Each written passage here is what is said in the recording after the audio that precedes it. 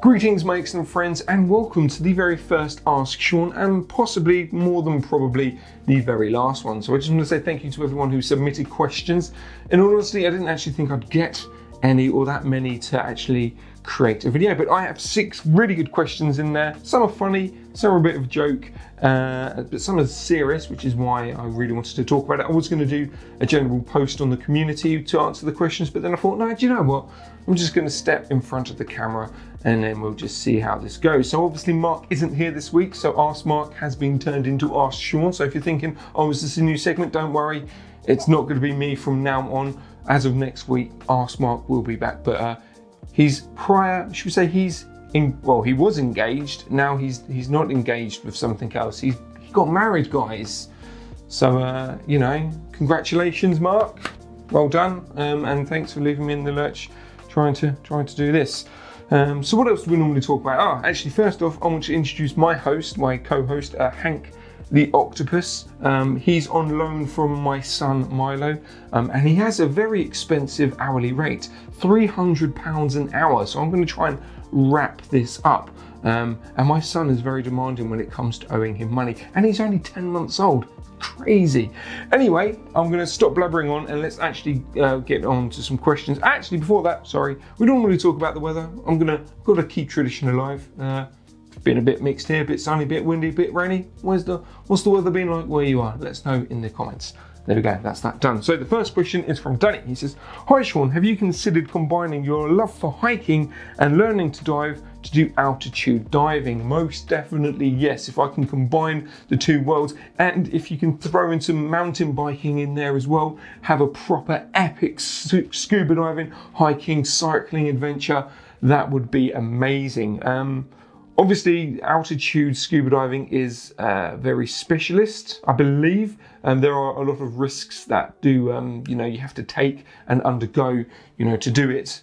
So I know of the dangers, should I say, but that's something that I would love to do once I get my tickets and once I get more experience under my belt, especially with scuba diving. Hiking side is fine, but yeah, definitely need to get more in the way of my diving underhand. And talking about that, we are talking to the powers that be at the Simply Scuba HQ. Let me get my words out there. Obviously a lot of people have been talking about me possibly doing a video series about me learning to dive. That is something that now the UK is kind of getting out of lockdown and things are opening up, that we are discussing. So I'm very excited to get that sorted. Obviously it's not guaranteed it's going to happen, but the talks are there. So yes, I would love to combine hiking and scuba diving one day, but obviously I want to make sure that I do it properly and efficiently and safely as well. So yeah, that's cool. Second question is from Dive with Matt. He goes, I've got a Ask Shaun question, lovely. It's regarding the entire brand that is Empora. If you don't know who Empora are, they are one of our many sister companies that basically work with us on videos and blogs. Our surface intervals are associated and sponsored by them, and they have their own blog page, scuba diving blog page, which Mark and myself and the team over at Empora are working on at the moment, just filling out. So it's exciting with Empora. Anyway, he says, if you weren't working on the Simply Scuba side of things on Empora, is there any specific part of the company / brand that you would like to work for when it comes to Empora? Definitely everything else as well as scuba. So they do mountain biking, skiing, snowboarding, any skateboarding, anything to do with extreme sports or outdoor sports, Empora cover. My strengths definitely would be obviously the hiking and the mountain biking and the snowboarding side of things. So if I was to ever open up and work more with them, that's the avenue that I would love to go down. But at the moment, I'm too focused on getting the scuba diving side of articles and that sort of thing up and running properly with them. But yeah, there's something that I would love to do. Again, it's kind of to do with Empora, another sister company, WebTogs. I've probably plugged them enough times here on Simply Scuba. But yeah, I'm working with them at the moment as well on reviews for the moment. So standard product reviews. But again, it's kind of what I can work on Empora. Potentially I can work on WebTogs, which then I can potentially work in at Simply Scuba as well. So there's things as well that scuba diving and hiking actually cross paths in. So hopefully in the future, we can, you know, actually mangle the three, or definitely incorporate more scuba diving and Empora, and then more Empora on our channel here. But you should definitely go check out their YouTube channel and their website, definitely the scuba section on the Empora website. That's all going to be pinned in the comments below. Okay, so the next question is from Christopher Rantel. Hopefully I pronounced that right. He says, "Good day, Shaun. Thank you for offering your expertise on multimedia to do with scuba diving. You're welcome. I film my dives at the and the rubbish that we remove from the waterways. Then I put it on YouTube. I struggle with YouTube features. Before serving on operations with the Army, I loved and understood software and programming quite well, but now it's all messed up with my head due to PTSD. That's very sad to hear, Christopher. If you have any time, could you please look at one of our latest videos, tubes, and offer some advice on how we can maximize some of the YouTube features?" Yes, this is definitely a question that fits right at home when it comes to me. This is what I've been doing for the past 7 years. It's also one of the reasons, not to brag, that why Scuba, we are one of the biggest scuba diving YouTube channels that isn't affiliated with an agency or a television program or a broadcaster, should I say. You know, we are an independent retailer, I guess, and it's something that I'm very proud of. That obviously Mark and myself have worked, you know, solely together on it for the past years when it comes to the content and stuff. But yeah, the back end of stuff, that's my sweet spot. So I did take a look at your channel, Christopher. If you guys want to check it out, again, I've pinned it in the comments below. You have some great, well, actually all of your stuff is really, really good. Your videos are really, really good. The way that things are set up are really, really cool. So what I'm going to talk about is I'm going to use your comment as an example for everyone. So if you're potentially looking at uploading your scuba diving footage or your scuba diving videos to YouTube, or create a series or a channel like what we've got here, follow these steps, and then hopefully it will help improve them. But again, I've obviously catered it to Christopher's channel. So the first thing that you should always do when it comes to any type of YouTube video is you've got to follow the 3 steps of YouTube. So when uploading, you need to first look at the thumbnail, then you need to look at the title, and then you need to look at the description. Those 3 steps all need to pretty much match up. So the first thing that YouTube scan, or as of recording they did, is the thumbnail. So the thumbnail itself, if you can, try to get a little bit of wording on it, and that wording needs to be similar or match the title of the video. So that way then YouTube look at the thumbnail and go, okay, let's take a look at the title, wicked. So the title and the thumbnail are of similar content, I guess. So there is a match there. And then the description as well. So the description works almost as a partial SEO search engine. So it's really, really key that you want to get down or write down as much information. Obviously, it doesn't need to be essays and essays and essays, but you want to get to the core point of what your video is about and why in the description. What you'll notice from the SEO side of things, on pretty much every Simply Scuba video, when it comes to the title, you obviously have the main video title, and then in the description, you have that title first in the description. So when YouTube scan it, they scan the thumbnail, they go, yep, that's the top 5 dive sites. They then look at the title, and that says top 5 dive sites. And then they look at the description, that first line says top 5 dive sites. So it's tick, tick, tick. So looking at your videos, if you can start doing that, that would be fantastic. That I think would help you out. And that's a very standard basic setup, which I think is for the win personally. Next thing, I did look at your tags, and what you can do is fill them up a little bit more. So when it comes to the tags, now tags aren't the be all or end all. You can upload a video with basic tags or with no tags, and it will either do really, really well or it won't do anything whatsoever. But basically what the tag box offers you is a way to connect to your SEO search engine tool, so your SEO search engine. So what I always do is put the title of your video in the tags, then break that title word for word. So top 5 dive sites in America, pop that in first. So again, you've got the title, thumbnail, title, description. Then when they look at the tags, you then have the title of your video. You then break that down. So top 5 American dive sites. So you put top 5 American, as another word, dive sites. that sort of thing. So then basically the title is broken down fully in the tag section. And then what you want to do is you want to think about how people, or what people search for when it comes to what you're showing in your video. So top 5 dive sites, what are the most popular ones? So again, you put the Florida, Arizona, I don't know, whatever. You just put in all the most popular dive sites, or the sites that you feature in your video in the tags. But you want to you want to write it in almost as a question rather than just type in Arizona dive sites. Yeah, you want to type in the best Arizona dive sites, that sort of thing. So then it links back to your video, but then also what it does, it refers to an SEO standpoint. Now again, this doesn't mean you type in these tags in that your video is going to skyrocket. Again, tags are very much the back part of YouTube. They used to be one of the first things that you scan, and they can help. They used to really push your channels, not so much now, but it's always good to have that as a general backup, or just a general theme of when you're uploading. It makes it very structural, which again, YouTube really likes. So yeah, play around with your tags. You don't need to max them out. Just play around with them, think about questions and search terms that link in with your video, and pop them in the tags.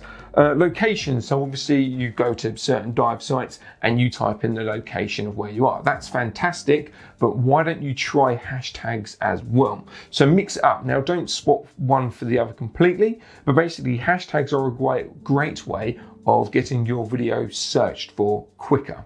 Or not necessarily quicker, but it's another way. So it basically means when YouTube scan, obviously the 3 things, thumbnail, title, description, you can put in hashtags in the video, in the description of the video, that link to the video, but they're not necessarily the same as the title. So then when it comes to search engine and searching it in YouTube, it basically gives your video an additional edge for when it comes to searching for the video. So that's definitely something to look out for. And the first 3 hashtags are the most important because they show up on the bottom of your video underneath the play bar. So yeah, don't solely go straight to hashtags, but maybe try it on your channel. Do a bit of hashtags on some videos, see how that works, see if that alters any of the views, as well as, keeping with the locations as well. So just have a play around with that, and that might help you out. So the next thing is YouTube loves a schedule. It looks like you upload very frequently, which is great. So keep to that schedule. If you have a schedule, don't change it. Take a look at the YouTube algorithms, or the analytics in the back end of YouTube, as I like to say, and that will basically give you a rough time of where you're most popular, or where most of your subscribers, or where the time of the traffic that your main traffic to your YouTube channel is. In all honesty, it's normally late afternoon, so anywhere from 5 onwards, you probably should be releasing your videos. That tends to be the norm throughout most of YouTube, because people have, they've come off of work or whatever, or they're in the evening and they're watching channels or watching your videos. But have a look at your analytics, and then see what time you release your videos and what day, and then maybe change them up. If you are changing the times and the days where you release your videos, don't just do it for a week or so and see if it works, and if it doesn't change it, revert back. You got to keep it 3 months at least. So you want those videos to go live at that time, at the same time, at the same day for the next 3 months. And then after the 3-month period, if there's been no change, if there's been no growth, then that's when you look at the analytics and you redecide what you can do. Basically, the 3-month plan just means that YouTube can see what you're doing and get used to your schedule, because they love a schedule. It seems odd for a video platform where anyone can upload at any time and watch at anything, but if your videos are scheduled, same time, same date, each week, each month, whatever, basically eventually it will help your channel out a lot. Hence why 5 o'clock's most of our videos nowadays. 10 o'clock in the morning is when we release our product reviews. There's all schedules there for our videos, which links in with how YouTube and the YouTube algorithm work and look at our channel to help push and promote our channels and videos organically. So that's definitely something to look out for. I noticed that you don't use playlists. Definitely use playlists. Playlists are fantastic. If someone clicks on one of your videos and it's a playlist, it might not happen straight away, but maybe within, I don't know, a couple of other videos, YouTube will go, oh, that was in that playlist, so then let's link that video that's in that playlist because they watched that. So it's a great way of seasoning your videos, as well as YouTube linking it up and looping people background into your videos as well. So yeah, categorizing playlists is a fantastic way of boosting your channel. And also as well, I noticed that you didn't really do links to your social platforms. Again, I don't know if you have any social platforms, but in the channel features, you can put in your links into your Instagram, to your Facebook page. If you have a website about your cleanups, add them into that top bar. Also in your videos, mention your Facebook page. I know it seems very cliche, but you say like, share and subscribe. The reason why we say it is because it works. The reason why we mention Teesprings every 2 seconds, the reason why we mention Empora, the reason why we mention askmark at the end of every daily scuba news is because that repetitiveness, it works, and it keeps people, oh yeah, no, they've got a Q&A show called Askmark, wicked. So even if they don't watch all of our videos, they might watch that one video and then they'll know about Askmark, or, you know, subscribing to our channel. It's very YouTube cliche, but it really does work. So yeah, mention and plug your social platforms, and do it on your other social platforms. So if you do have an Instagram page, plug your YouTube on there as well. It works really, really well. Yeah, you just basically got to keep at it. And lastly as well, you're doing a fantastic job with the uploading, so just keep at it.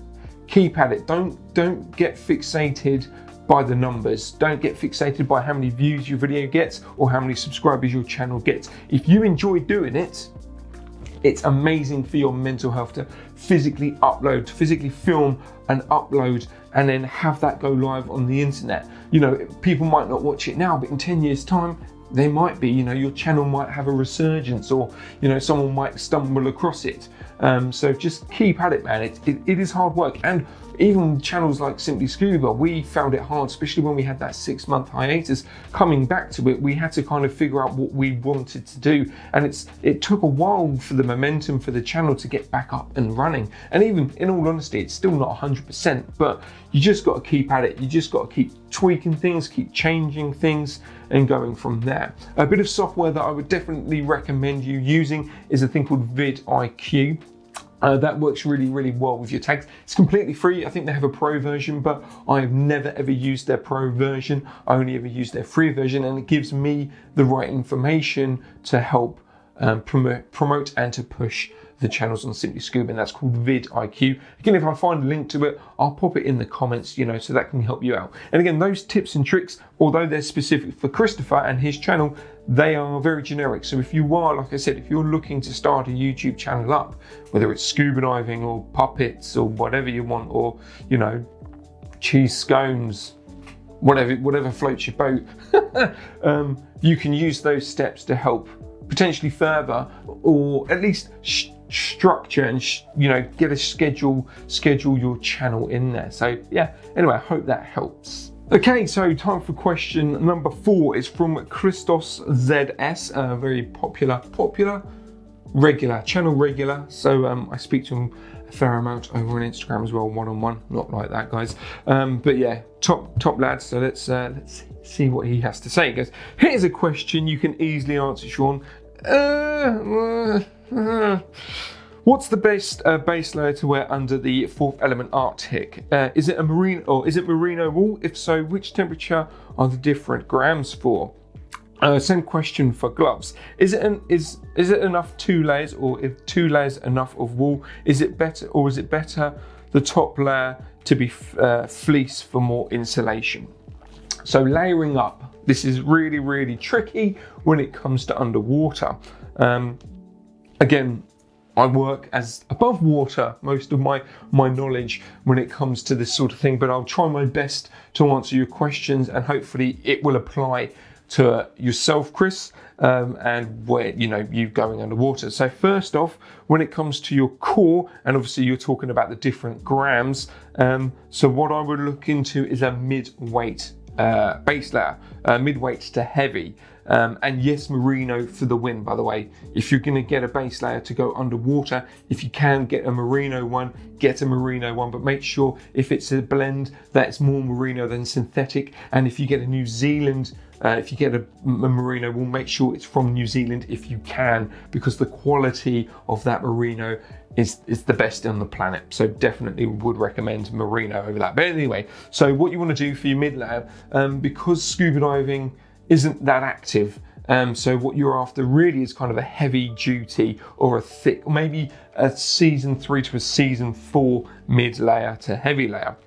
When it comes to the grams per square meter, I would look at 190 to 260 grams. Again, that is the between season 3 to season 4 mid layer base layer thickness, should we say. It's basically mainly because you're not moving around. The lighter the base layer really is designed at keeping you warm, but also wicking away that sweat. When you're underwater, you're not moving around that much, so you need to keep warm for longer and keep that temperature, or keep your core temperature as much as you can, regulated as much as you can. So you have a thicker base layer underneath. Like I said, season 3, season 4, 190 to 260 grams per square meter is definitely the ballpark on what you're looking for. So yeah, definitely would recommend that. When it comes to gloves, again, look at mid-weight. So even though you're going to be underwater, the dexterity, you know, you're always moving your hands, well, you should be always moving your hands. So yeah, I would say a mid-weight should be fine. So you're looking at around about, again, 190 square meters or whatever to 220 grams per square meter when it comes to the overall temperature and warmth.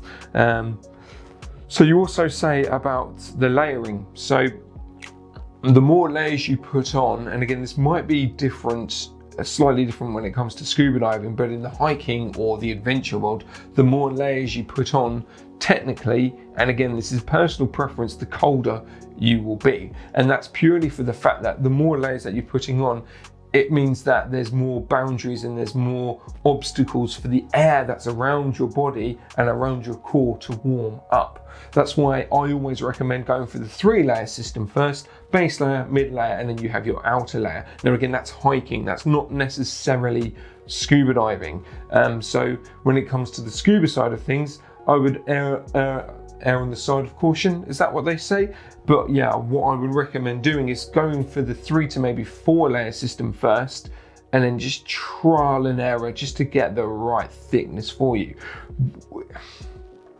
It's a tricky one because you don't want to go too far where you're overheating yourself, and you don't want to go too low that you're getting cold. So it is a tricky one, and it is personal preference, which I'm sure people in the comments below, if you dive seriously cold waters and you have some sort of layering system when it comes to underwater, those guys might be more qualified than I am. As I say, you can take what I'm saying today as a reference point and then move on from that. But yeah, I would say 3-layer definitely. You don't want too many layers, because yeah, in all honesty, you won't actually get warm. A lot of people think, oh, I'll put a warm jacket on and then all that sort of thing, and then they go for a dive and then they're still cold. Or the worst scenarios that you actually overheat. There are many times where I've done winter expeditions and people have literally gone out the car going, oh, I'm freezing, put layer on. I'm like, don't do that, because in 5 minutes when you're active, when you're moving a bit, you're going to be wanting to take and shed those layers off, and then that's obviously when people overheat and stuff like that. So yeah, mid to heavyweight on the base layer. For the core, I would definitely recommend, and yeah, mid in the gloves, especially if you've got over gloves, you'll be absolutely fine. And again, like I said, I'm just going through the bullet points that are written down here. More layers means you could stay colder, so try the 3-layer system or 4-layer system and then go from there. When I come to the layer system, maybe like a mid layer, you've got the Arctic and then maybe something over the top of that, or a base layer, and then maybe you could almost go down like 100-weight fleece style. I'm sure that other brands do that, or other scuba diving brands have something similar to that, and then the Arctic on top of that. Or well, basically another thing that you can do, so you're looking at the full filament Arctic, see what other gear they have. So say if they have a similar base layer system to it, if they have a similar base layer, basically what I'm getting at is, if Full Filament have a full range, you should buy that full range. So if you've got the Arctic in a large and they have their own version of a base layer, which is a good mix of merino in a large, you should in theory buy that, because that base layer would have been designed to work with the Arctic, which then would have been designed to work with something else in fourth element. So if you keep to the same brand and to the same size, your layering system will be more efficient because they have all been designed and tested to work together.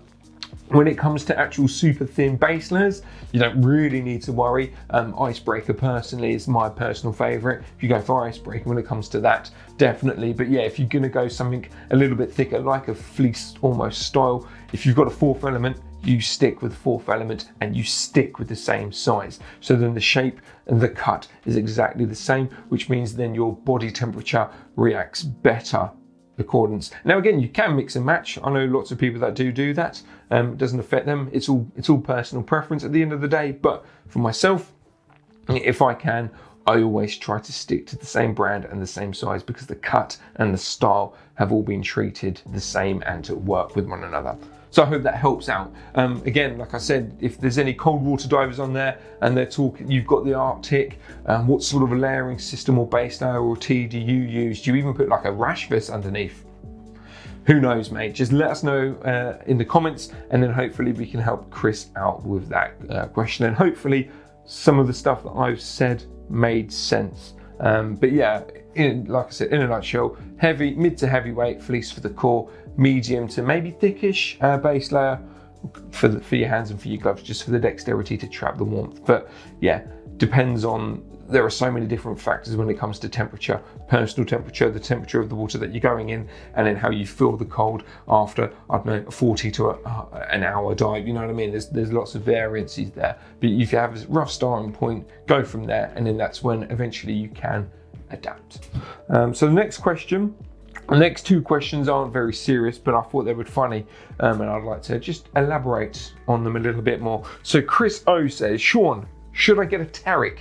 Yes, buy 5 Terics. You need to buy 7 Terics, 1 for each day of the week, Chris. They are a fantastic computer. So basically the whole reason and my obsession with the Teric is that when they first came out, they were so limited, there was so much hype about them, that almost there was a bit of a Teric bubble. I don't know if you guys and girls remember that. And I was heavily involved in that bubble, from producing videos to producing social posts, because again, I was working, and I still work, but I was working on the Simply Scuba Facebook and Instagram page at that time, and the world was all about the Teric. And also the Teric is a pretty cool computer.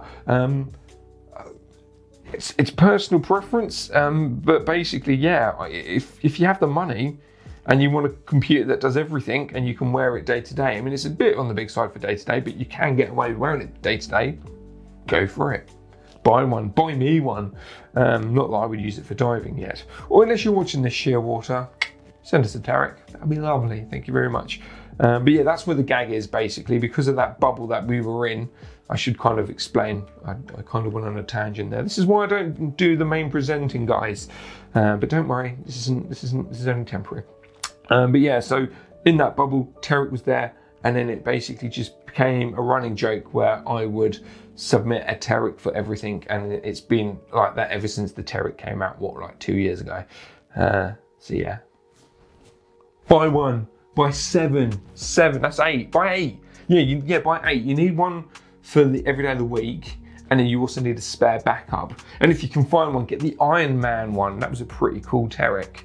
The red and there was a hot rod red and gold. That was a beautiful computer, beautiful looking computer. Anyway, swiftly moving on to the last question of Ask Shaun. Which way do you spell your name, and why won't you try scuba diving? So I spell my name S-H-A-U-N, Shaun. There's various other versions, S-E-A-N, S-H-A-W-N. There are several types. Also, again, it's a bit of a running joke where people, especially people who I used to work with and still work with now, call me or spell my name wrong. It's a running gag. It used to annoy me, but now I just feel dead inside because of it. I'm really joking. Yeah, so it's spelled S-H-A-U-N, but you can call me, you can spell it S-E-A-N or S-H-A-W-N. I really don't mind, as long as the question and the information that you're giving comes to me. I'm fine with however you spell it. You don't even need to bother using the hashtag, just use hashtag askmark and go, oi Shaun, talk to me about hiking, and I will, because I'm that cool. But yes, so that's how I spell my name. And why won't I try scuba diving? Why won't I try scuba diving? I actually have tried scuba diving. I've done several try dives. I've obviously filmed some bits underwater with Mark in controlled environments, controlled safety environments, and I do enjoy it, and I enjoyed my time when I did it. But the issue is, I do so many other different sports and activities that adding scuba diving to it at this moment in time of my life isn't necessarily a massive option, unless I not necessarily do it at work time, but yeah, if I can get some involvement from other people. But like I said at the beginning of the video, it's something that we're working towards at the moment. In the previous old incarnation of Simply Scuba, there was way too much red tape for us to film a series. We did it originally with one of our first video editors, video producers, a great guy called James. We started filming him learning the ways of scuba diving, and then as soon as it came to him doing like his open water tests and stuff, it was all shut down because of red tape, health and safety. We're like, no way. If anything was to happen to you, the company would go under. Now we are attached to a company that has fairly deeper pockets. I say fairly, they have massively deeper pockets than we did before, and they have lots of cogs and bigger health and safety teams and bigger insurance teams. It's something that we are working towards and considering. So I do want to dive. I have dived, but again, try dives, nothing too drastic, or nothing, basically nothing in the open water where, lots of certain things can happen. But yeah, it's something that I want to do. But yeah, I snowboard, I hike, I mountain bike. Mountain biking itself is well expensive now. I'm going down the retro vibe, guys, from when I was a kid. So all the DMRs, I'm probably boring you with bikes, DMR jump bikes, all that sort of thing. Saracen, oh, lovely. Lovely, lovely. I'm working on that. I'm going vintage and retro, but that's getting expensive. So to add scuba diving to that, yeah, it's going to be an interesting one. But again, what I'm learning from you guys from the marine conservation is absolutely fantastic. And like I said, my son Milo, Hank's owner here, I'm learning and I'm teaching him about the environment, which is something I would never have done before if I wasn't looped into the awesome scuba diving community. So I do see myself as a scuba diver. I'm just a scuba diver that doesn't get wet at the moment. And hopefully you can appreciate that, hopefully. But yeah, that's it. That is episode 1 and the last episode of Ask Shaun done. So thank you again to everyone who submitted your questions, and hopefully I've answered them correctly. If you haven't, I'm sure, if I haven't, sorry, just let me know. And if you enjoyed this episode and maybe you want more Ask Shauns, maybe we can do one a month. Probably not, let's be honest. But yeah, let us know, or let me know in the comments. So I'm pretty rubbish when it comes to doing the sign-offs. So what does Mark normally say? Yes, so we have Teesprings. Actually, if you look at the banner below this video on our Teesprings, you'll notice that we have a brand new design. It's of a kraken or an octopus. I've called it the Kraken, so you should definitely go check that out. And we have a scuba diving helmet, a classic one, coming in within the next week or two as well, whenever I can be bothered to edit it and upload it. But yeah, go check out the Kraken design. I think we have a discount code, don't we? DSN10. Normally we don't say it during this video, but yeah, DSN10, and then you get your full 10% off of your purchase over on our spring store. Again, I'll link that in the comments below. Get your questions in for next week's Ask Mark, so it won't be Ask Shaun, next week's Ask Mark. Just use the hashtag Ask Mark and we will find your question, and then we will add it to the show, and then hopefully Mark can answer it. What else does he normally do? Sign off, guys. Let me know in the comments. What have I missed out? Podcasts. So obviously we have lots of shows. So Ask Mark right now, or Ask Shaun, should I say, that's gone live on YouTube, but 10 o'clock this morning, when this YouTube video went live, it actually went live first as a podcast. So if you listen to podcasts, if you like listening to podcasts and you like us rambling on, hey, head over to there, wherever you get your podcasts, type in Simply Scuba, type in Ask Mark, type in Deco Stop, and we'll pop up, and hit us a follow and start listening to us over there. That would be awesome. Yeah, I think that's it, guys. I'm just going to end the video there. So again, thank you to everyone who's listening and watching this right now. It's much appreciated. And again, thank you to everyone who's who submitted questions. It's greatly appreciated, and I hope you enjoyed today's different episode of Ask Mark / Shaun. Anyway, guys, thanks for watching, and as always, stay classy, scuba divers.